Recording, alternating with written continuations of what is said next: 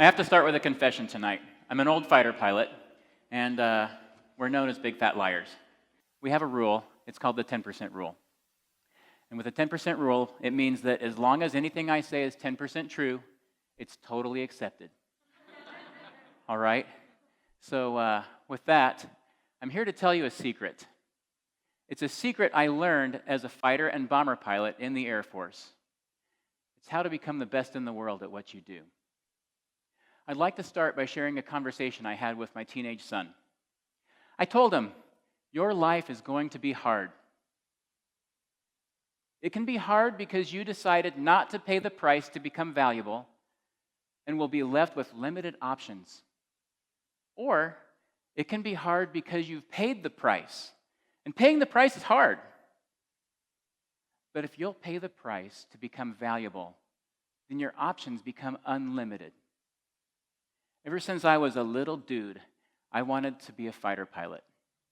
And in 1992, I was an ROTC cadet at BYU, studying to become a fighter pilot. I was paying my own way. I was working hard. And one day I walked into the ROTC building, and a staff member said, "You're not going to be a fighter pilot." I looked at him and I said, "Why not?" He said, "The Air Force has cut the number of pilot training slots from 1,000 a year down to about 100.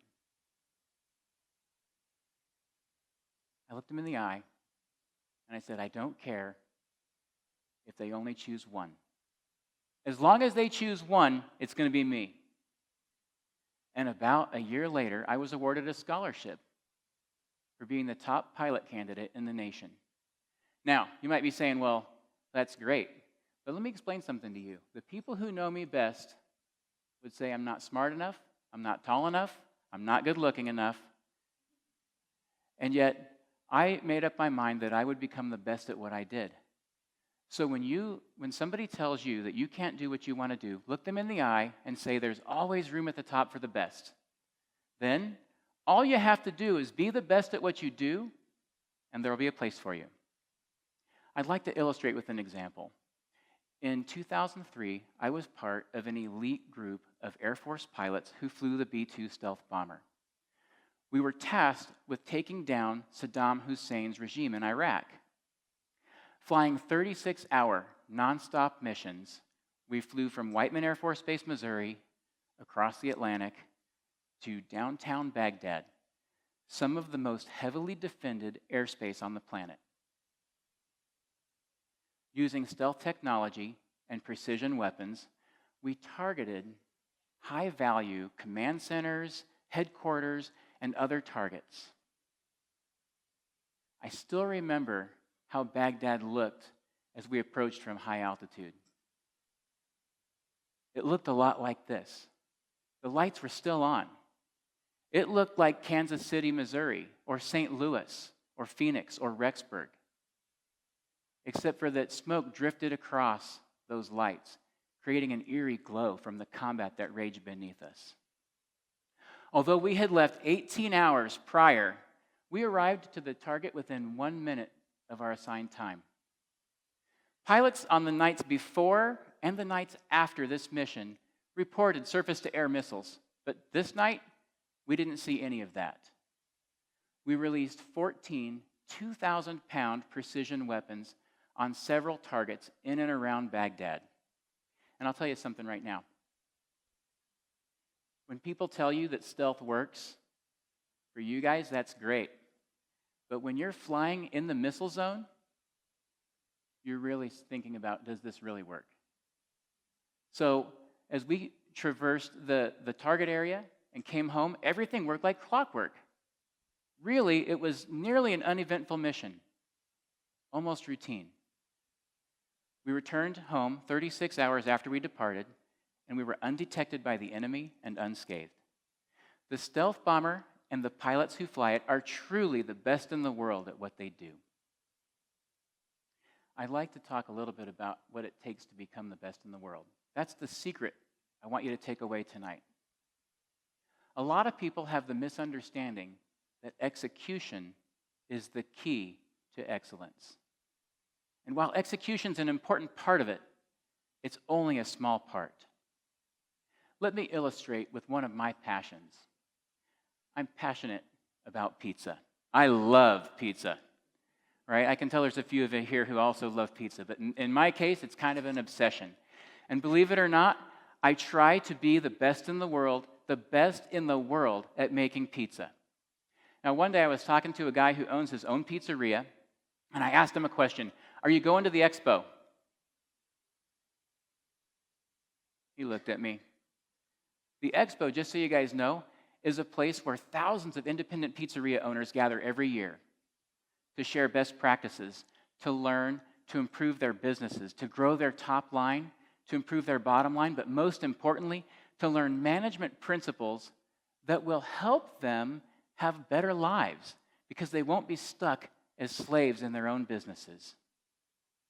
This guy said to me, I can't go to some expo. I'm too busy making pizza. That's a classic example of execution mode. The guy is stuck in execution mode. Execution alone doesn't work because it robs you of the chance to learn from your experience. So how did we do it in the Air Force? What's the secret? We had a very simple model. Plan, execute, debrief. Let me illustrate by discussing a little more detail about that 36-hour mission I flew. 24 hours prior to takeoff, a crew of numerous pilots, weather people, intelligence officers, etc., spent planning this mission. They worked around the clock in shifts to plan every detail from the targets to the weapons to the threats, headings, altitudes, frequencies, country clearances, and 1,000 other details that I can't remember. Actually, the planning started way before that. It started back in 1992 when I was that ROTC cadet who made up my mind that I'd be the best in the world at what I did. After the 24-hour planning period's over, we have the execution phase. In our case, 36 hours. We took off from Whiteman, which is in the heartland of America, flew all the way to Baghdad and all the way back. During that time, we had no fewer than 5 aerial refuelings. Now imagine 2 crew members working together for 36 hours in the air and having to refuel under a tanker, both flying at 300 miles an hour, 24,000 feet, with minor variations in our positioning. As we took on that fuel, it's exhausting. And by the end of this mission, we had been on the job for 40 hours straight. Now, what would you want to do after being on the job for 40 hours straight? You go home, right? You want to go home. We wanted to go home pretty badly. But we spent the next 2 hours after landing in a debrief. And in the debrief, we answered 5 questions. What happened? What went right? What went wrong? Why? And what can we learn from this? Let me show you what that debrief looks like on a pie graph, because I think no TED Talk would be complete without a pie graph. So here's your pie graph, and what you see is that 58% of the time was spent in the execution phase. And whatever other numbers up there, 39% planning. And 3% of the time was spent in the debrief. But that 3% makes all the difference. That's where the learning takes place. That's where the improvement happens. So, how do you debrief? Well, the first step is to ask, what happened? Now, in the what happened phase, it sounds simple, but it's really not. It's really actually difficult because our nature is that we want to defend ourselves. We want to blame somebody else for what's gone wrong. And so we walk right into a situation where we're just trying to deconstruct what happened here. And somebody becomes defensive. So this what happened phase gives us a chance to reconstruct the events objectively. We're not trying to place blame or judgment. We just list out in order what we did. Then we ask the question, what went right? We want to keep doing those things, right? So we record that. We want to get good at it. What went right? Next, what went wrong? Well, this is a really important question, but once again, if you'll notice, it doesn't say who screwed up. It's really easy to say who screwed up, but it's really important that we not do that because what went wrong gives us a chance to break down the next question, why? And once again, it doesn't say who, it says why. Why did that go wrong? If we can do that, we can get to a root cause, identify what's called a lessons learned, and roll that back into our planning cycle. So, before the next aircrew took off for their combat mission in Iraq, our lessons learned were already incorporated into the planning cycle so that the next pilots benefited from anything we saw that might have helped them and incorporate improvements in my flying, but also in the planning and the flying of those around me. That's how you become the best in the world. So you might be sitting there going, well, Bill, that's great, but I'm never going to drop bombs, and I'm never going to fight bad guys. Give me something I can use. I've used this principle to get into Harvard Business School. And where you're like, well, yeah, maybe you're smart, but the people who know me would disagree with that, right? The people who know me best go, I don't know how he did that. Actually, to tell you the truth, I'm not sure how I did it either. And when I got to Harvard, they were wondering themselves. But if I spent the time learning from my mistakes, practicing and getting better. I've used this principle in sales, product development, product support. I've used it in my teaching, and believe it or not, I used it preparing for tonight's talk. I want to share one last example with you from my teaching. I teach by the case method. It's kind of grueling. I have to spend hours. Probably on a new case, we're talking between 6 and 8 hours. If it's one I'm familiar with, it's less than that. But I prepare myself up front, just like I did in the B2. Then I execute. It's the most visible part of the activity, but it's actually one of the shorter times. It's what everybody sees.